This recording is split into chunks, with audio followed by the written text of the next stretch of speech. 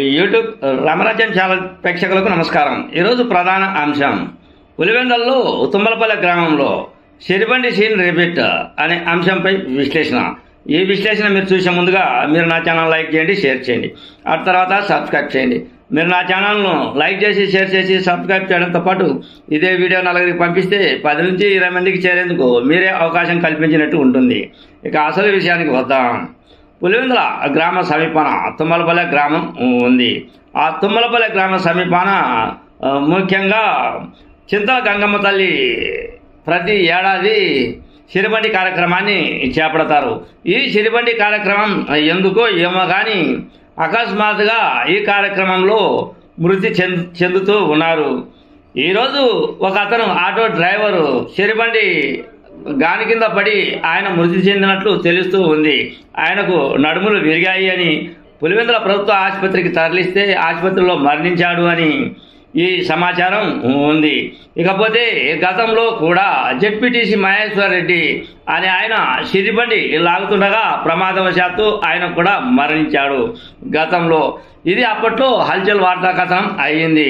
ఏది అయినప్పటికీ ప్రస్తుతం పులివెందుల గ్రామం తుమ్మలపల్లె గ్రామ సమీపాన ఉన్నటువంటి సిరిబండి కార్యక్రమం ఇది ఒక వ్యక్తి మృతి చెందడం రెండవ ప్రమాదం కింద చెప్పవచ్చు.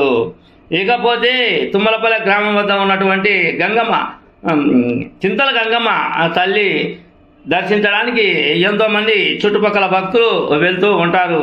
చాలా విశేషం.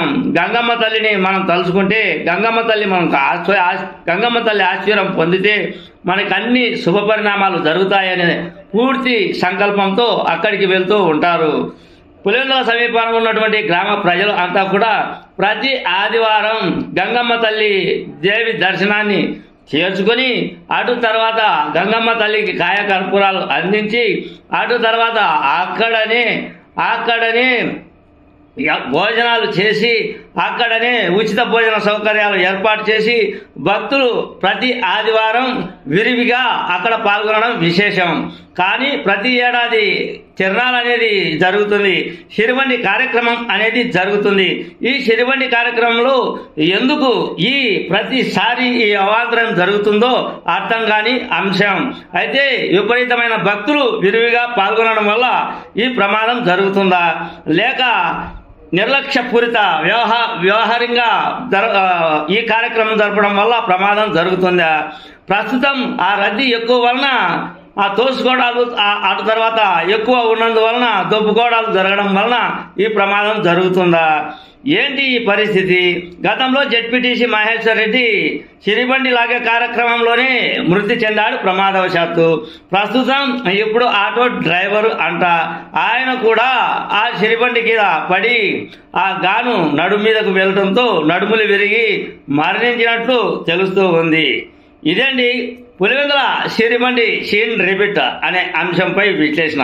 మీ సీనియర్ జర్నలిస్ట్ దేరంగల కృష్ణయ్య. నమస్తే.